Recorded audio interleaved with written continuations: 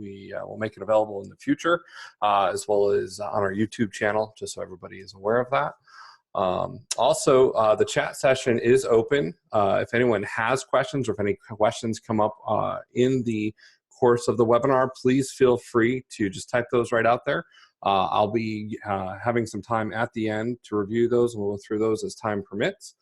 But just so you know that that is available to you.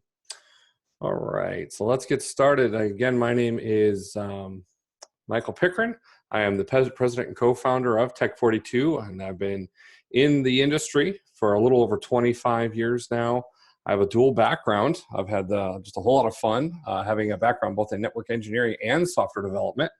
On the network engineering side, I've done a lot of work in the infrastructure end of the business with switching and routing and security services, firewalls, and so forth.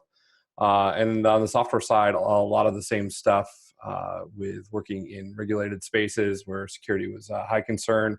Most of the projects that we've done came under pretty significant security review for the clients that we've had to do them in third parties. So I've had a lot of exposure into the security side of the business.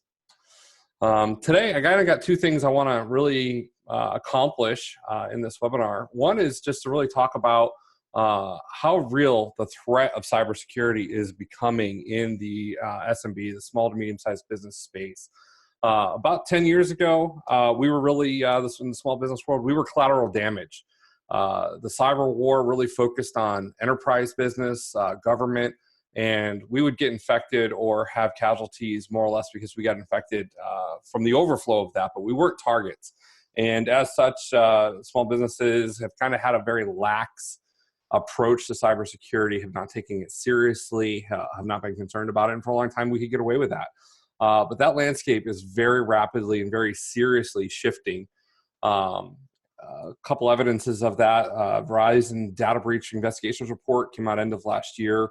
Major report that Verizon does based across their client base, not just in the wireless world, but they're also very significant in the internet providing world. They own significant backbones providing internet access, providing upstream bandwidth to a lot of large internet carriers. They reported that of the study they did, 43% of the breaches in 2019 were in the small to medium business space. So that's businesses with typically less than 1,000 computers or 1,000 employees in their environment. 43% of those breaches. That is a huge number. Also recently, the end of last year, Paychex, payroll provider company, did a study amongst their clientele. 27% of small business owners reported they don't have any security software currently in play in their networks. This creates a very alarming space that's created opportunity for bad actors out there, for hackers. So why the shift? Well, the reality is your network now has a price tag. There's now a monetary value. It's not just a target of opportunity anymore. It's not just something I got lucky with. There actually is a price tag on the dark web. Every workstation, server, laptop, Internet of Things type device has a dollar value. One person can compromise it. They can go out on the dark web and they can sell it for a dollar value to someone else who wants to use it for nefarious purposes today. Your data also has a dollar value. With the rise of ransomware, these bad actors, these hackers figured out, hey, your data is not valuable to anyone else, but it's certainly valuable to you. And if we can get in there, we can get control of your data, keep you from it. More often than not, you'll be willing to pay a high dollar value, a ransom, to get your data back. So these concepts of your network, your data having value, and coupled with the fact that small businesses have not taken security in their environment seriously, they've been very lax, both makes it monetarily attractive and also makes it easy, low-hanging fruit for these bad actors to go after. So how are they doing it? Ransomware, I got that second on my list, but ransomware has been a big one for probably 4 or 5 years now. It's been in the news. We've seen a lot of it. It's still out there. Although we're seeing some new emerging trends with ransomware, a little bit that I'll talk a little later in my talk about. But cryptojacking is probably one of the bigger ones we've seen probably in the last 12 to 18 months really come on the scene. Cryptojacking is the concept of using your compute power, your workstation servers, etc., to do crypto mining. Crypto mining being the using of computer resources, servers, memory, CPUs, to create cryptocurrency, which actually has dollars and cents street value. They can use this horsepower inside of your network, your computers, to actually create currency that is then often used in money laundering. It's used on the dark web. The problem is it's cost prohibitive for anyone to do it in-house. Anyone can set up a crypto mining operation, but the problem is that now the cost, right, what it costs in electricity for you to power the machines to do it, is cost prohibitive. It costs more power in the course of an hour than you can generate in cryptocurrency revenue. So where do they go? Well, they try to get somebody else to pay for it. And that's where they try to compromise your network, my network, and use our computers, unbeknownst to us, to run these crypto mining operations. And those threats are called cryptojacking, where they're hijacking your gear to do crypto mining type opportunities. And then phishing fraud. Phishing fraud is the concept of a bad actor sends out an email trying to get you to click on it. Might look like something that comes from an internal source, or it looks like it comes from Amazon or eBay or some other web service that you subscribe to, and it looks legitimate, but it's not. It asks you to put in credentials. You do, thinking, hey, I'm logging into Amazon, or I'm logging into my Office 365 account, and often does hand you off to those services, but in the middle of the transaction actually grabs your credentials, your username, your password, and now a bad actor is able to access your accounts and use those for nefarious purposes. Some of the ways we've seen this play out in recent months in several different situations is a bad actor will send an email to a CEO of a company, convince them to, for some reason, that they need to log in, give them the username and password, and then they begin to monitor corporate activities. They begin to monitor emails going back and forth because they have access to your email box. And we've actually seen occurrences where after monitoring emails for a period of time, they've been able to inject emails into the system to alter how things happen. In one instance, we had a financial services firm where the CEO would transfer large sums of money via wire transfer.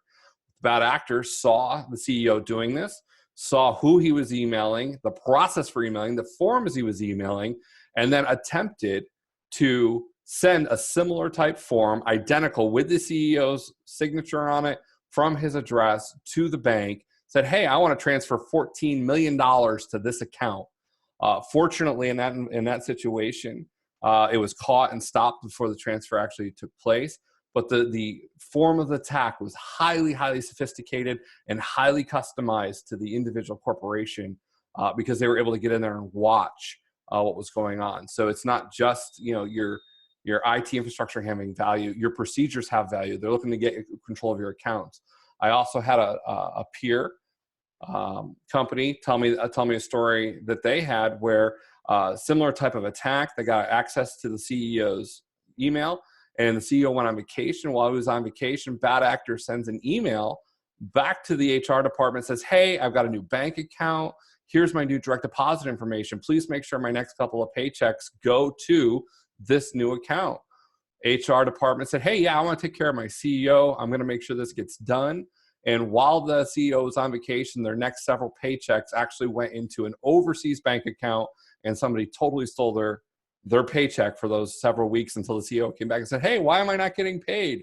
And after some research, they discovered what had happened and corrected the problem. But again, a cyber type attack, very targeted towards an individual, things that we need to be taking consideration of. The threat is getting smarter. It used to be, we had these kind of what we would call broad net scan and phishing type operations where bad actors would scan broad ranges of IP addresses across internet providers. And we still see a ton of that type of traffic where they're just scanning your firewall, my home firewall, just looking for targets of opportunity to attack. And that still does happen, but they're not exclusively doing that anymore. We're seeing a lot of initial breaches are happening due to what we call social engineering, where they're very specifically targeted. They're targeted towards a CEO. They're targeted towards an HR director. Somebody has done research, knows who they are, knows their practices. They're checking them out on LinkedIn. They're checking them out on Facebook and beginning to understand the organization before they launch the attack. And again, it's all because your data, your network has value to them. Now, understand too, they haven't even gotten to the point of being technical. These are social attacks. These are people that may not even know how to write code. They may not know how to hack anything, but they know how to trick you into opening the right email after they've studied you for a period of time.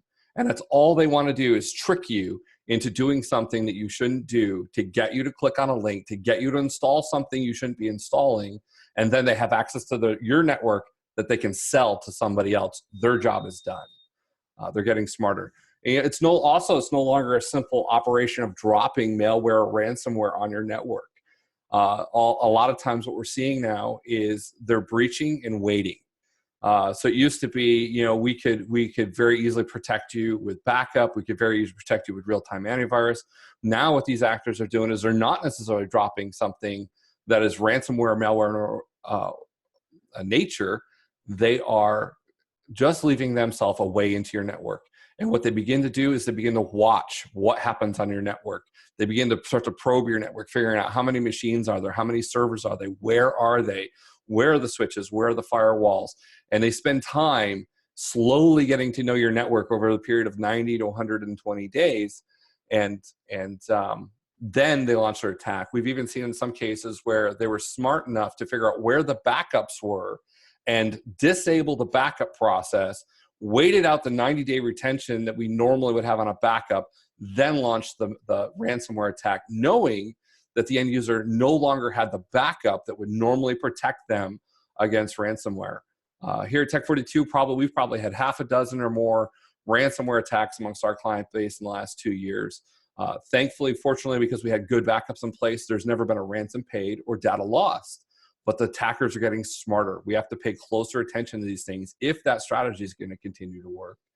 We're also seeing highly targeted attacks on IT management tools, the tools we use, the tools that internal administrators use to do their jobs, to be effective, tools they have to have.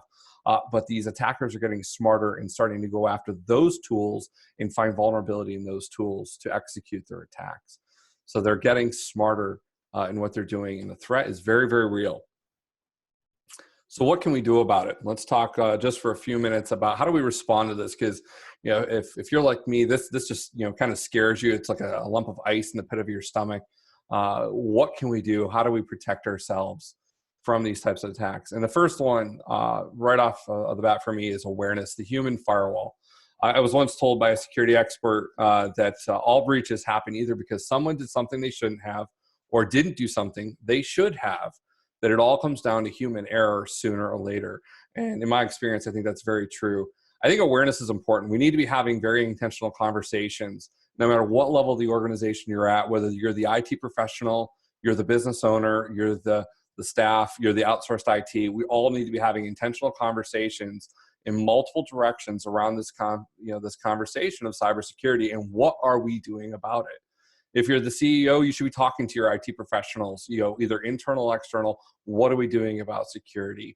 If you're the IT professional, you need to make sure that your senior C-suite executives, your ownership, understands the nature of the threat, the reality of the threat. They need to be investing in you and investing in solving the problem.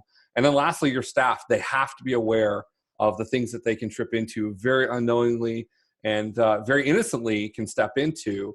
There's lots of training available out there, but it doesn't have to be complicated. It can simply be, once a month or every other month, we're going to have a staff gathering. We're going to talk about these things and what to be careful of, what not to click, to be cautious about what you're doing, and to be very intentional.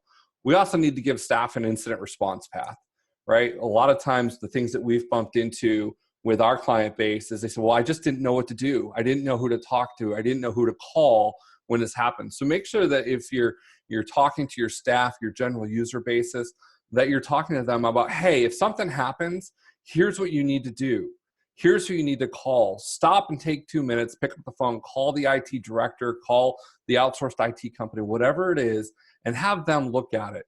2 minutes of prevention of looking at something can save days and thousands of dollars of loss. I did a training for a customer about a year ago. We do onboarding trainings with some of our new clients. And I had this talk about, hey, if you see something you're not sure of, something that seems off, call us. we'd rather look at it. And unfortunately, I ended up being on call that weekend. So I get a call at like 6 o'clock in the morning from one of these individuals from this dental office. And she says, "Hey, I'm really sorry to call you, but you said to call if this happened." And when the phone rang, I'm like, "Oh, really? I got to get up and take this call." But I was so glad I did, because it was absolutely a targeted phishing attempt against this dental practice. I was able to get in there, look at it, identify, say, absolutely do not open that, delete it. We ran some scans to make sure that her computer was clean, and problem averted, because we had the training. But if we hadn't had that conversation, we hadn't have given her a path and given her a process to follow when something was off, it could have been catastrophic for that healthcare practice. So awareness is so important, and really taking the human firewall serious. And these have to be ongoing conversations. It can't be one and done.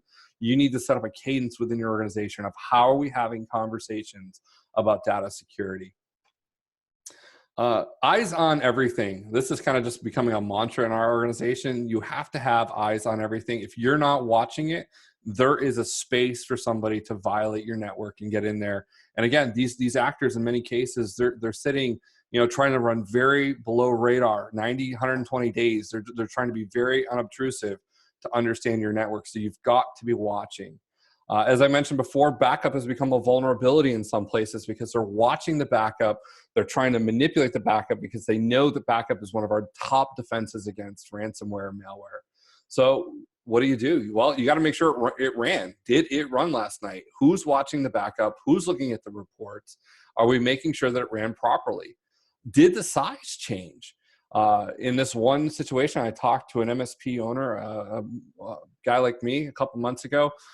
He said that they had noticed, and they actually caught a bad actor because the size of the backup dramatically changed over the course of the week. One of their engineers saw it, identified it. They said, "Hey, why did this backup change in size?" And it was the indicator to catch a bad actor before they were able to release the ransomware on the network. But had they not had eyes on the backup and even the size of the backup, they would have been in trouble. And then the last thing I'd say is your backup air gapped. We have lots of great backup solutions out there.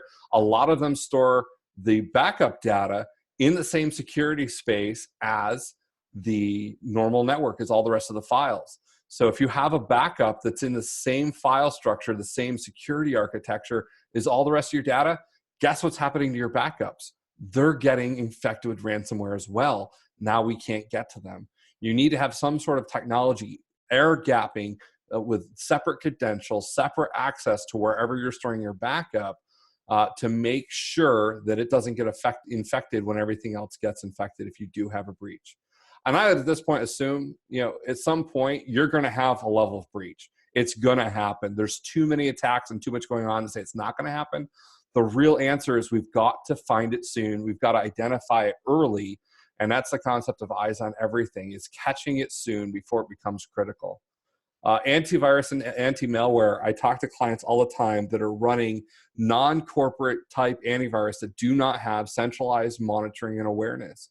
And they often do a pretty good job at prevention and protection. The problem is you can't trust your end users. You can't even trust your ownership necessarily always to be looking at your antivirus software and identify when there's an issue there, to take proper action when there's an issue there. You've got to have centralized monitoring that is being looked at in real time, all the time, every day, so that the moment there is a blip on that radar, you can take action. Same thing with patching. Patching is the 1-2 punch with antivirus. Antivirus is not only as good as you got your patching up to date, and patching is only as good as you've got a good antivirus malware solution. They go hand in hand in any environment. But patching, again, is one of those things that, we walk into a lot of situations. People say, "Oh yeah, I have automated Windows updating running on my network. I don't have to worry about it." Well, the problem is that when one patch fails, the rest of the patches behind it will all fail as well. And the whole process stops often with a single patch. If you don't have a centralized system to monitoring patching, to make sure your systems are getting updated, to make sure they're current, you're going to be vulnerable for an attack. You've got to make sure you've got eyes on the patching process. And then the access attempts. One of the things I said, these bad actors are getting in there. They're sitting for 90, 120 days. They're watching. They're trying to, say, "Hey, where's the firewall? Where's the servers? Where's the switching?" They'll make little attempts to try to log into them. And they don't do it all at once. They don't do it in big burst attacks because they know that trips alarms. you need to have eyes on when there are failed access attempts into these different devices to know if somebody is already on the inside of your network. And then IT policies. So few companies truly have good IT policies in place, but if you do have them, how often are they being looked at? How often are they being reviewed? How often are we doing gap analysis to say, hey, am I covering all my bases? Do I have a policy about looking at the size of backups and how backups change over time? So good IT policies. So it's not just the technical side, it's also the policy side and the human side that you've got to have eyes on, consistent review process. One of the other things that we're starting to see in the space emerge as well now, traditionally antivirus, anti-malware solutions have been signature-based. It's looking for known patterns that have happened over time. It's still very good, definitely need to have those, but we're also starting to see some artificial intelligence-based solutions coming out where they're actually looking for these patterns on your networks, these patterns of poking in checking out things on the network. So I'd keep, that's kind of one of those things, just keep eyes out for those things emerging in the space over the next couple of years. But that's going to be something you're going to want to have on your network probably sooner than later. In addition to your antivirus solution is some sort of real-time monitored AI-based detection for bad actors on your network. And then my last one is zero trust. The concept of trust no one on the network and don't trust people, don't trust systems. We're in the process right now of embracing a two-factor authentication everywhere mindset. We've gone through a whole lot of work in the last year bringing two-factor authentication into our network. Two-factor authentication, if you're not familiar, is the concept of to get into any system, you need to have something you know and something you have. Something you know is something we're all familiar with. That's a password generally, right? Everyone has a password for everything. But that's not enough anymore because passwords get compromised. Passwords get, leaked through phishing attempts. So what we're imposing now is it's not good enough to have a password. You also have to have something you have. In our environment, we're using a solution via our cell phones so that whenever we log into a system, a message gets sent to the cell phone and asks us to approve the access. So there's 2 levels of authentication for every system we're going in. That way, if passwords get compromised, unless they also have our cell phone have access to it, they're not getting into the system. Enforced rotation and complexity of passwords. So many people, and even us in the last year, did not have good policies based on rotation and complexity. It's one of those things that every user hates, they frustrate over, they stress over. Nobody likes it. It's complicated. The problem is, though, is that once these passwords are out there, they don't even always get used right away. We do dark web monitoring for leaked credentials, and we'll see credentials that have been out there for 18 and 24 months sometimes and have not been changed. And the problem is also that humans use the same password or deviations of the same password across multiple systems. So the one that they're using on Facebook and Twitter and LinkedIn is also the same password they're using for their Office 365 email and their Windows desktop authentication. So if it gets leaked in any one of those, now the bad actor has a potential password that they can bring across domains into your network environment and try to use it. It's why password rotation is so important. And also, don't trust your users to make complex passwords. People like using pets' names, relatives' names, kids' names, spouses' names, with nothing else. It's been very interesting when we've gone in and done password audits to see how incredibly simple passwords are. Even after we've talked to our users about, hey, make sure you have uppercase, lowercase. If you don't enforce it, they're not doing it. Least privilege. Make sure that users in your environment absolutely only have access to things they have to have access to. If they don't need access to it, cut them off. And it's not just a matter of trusting your employees. It's not just a matter of, hey, they don't really need to see those documents. It's a matter of if they don't have access to it and their credentials get compromised, now the data that they don't have access to can't be compromised either. It slows down the rate of infection by having good security boundaries wrapped around your users. No remote desktop. We've embraced this for a long time here internally amongst our client base and amongst in our own systems. But we still see a lot of people out there that have remote desktop exposed to the outside internet. It's one of the easiest ways for hackers. They look for the ports for RDP. When they see it, they go nuts trying to say, hey, I can throw usernames and passwords at this all day long. Because also most people that have RDP exposed do not have some sort of monitoring system to know when someone's trying to breach through that access point, it's just too much of a red flag. Put it behind a VPN, restrict that access. I understand people need remote desktop access. There's ways to do it. Do not expose it on the public internet. And then lastly, the concept of web application firewalls in the IT space is kind of an emergent thing. In the software development space, it's something we've had for a long, long time. But I put it under zero trust because it's the concept in my mind of not trusting your vendors, your software vendors. There's many great software vendors out there. We use third-party vendors. They build software that does specific purposes to solve your problems in business, keep track of your client base, do your billing, whatever it is. But they're not generally or even often security experts. They build a good platform that's easy for you to use, it looks nice, whatever, they support you, but they're not focused on security. Don't trust them to be secure. You need to be looking to put methods in front of that, boundaries in front of that, gateways in front of that to protect their lack of security as well. Web application firewall is the concept of protecting those systems with a firewall that's specifically targeted at web applications and web type threats and attacks. So that's something I highly, highly recommend. All right, that is the end of the content I have today. We're right about half an hour. Hopefully this has stimulated some thought, stirred some conversation inside of your own head, and will stir conversation in your own environment. Do we have any questions or comments on any of the content or recommendations around that? If you have it, go ahead and throw it out there in the chat, and we'll try to answer those.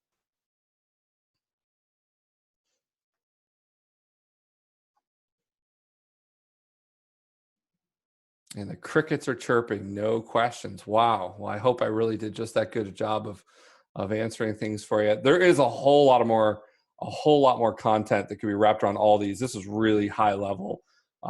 Really just hopefully to spark some conversation, spark some awareness, give maybe some early direction to it. If anyone does have questions or something comes up later, my contact information is there on the screen, both my email address and our phone number. Feel free to give me a call, send me an email. Love to have a conversation with any of you wrapped around this. Thank you again, everyone who attended, and let your friends know. Other people you know inside your business, other people you know in the business space know that we put this out there. We will be sharing it on our YouTube channel in the near future so that it can be shared. And thanks again for attending our webinar this morning. Have a great day.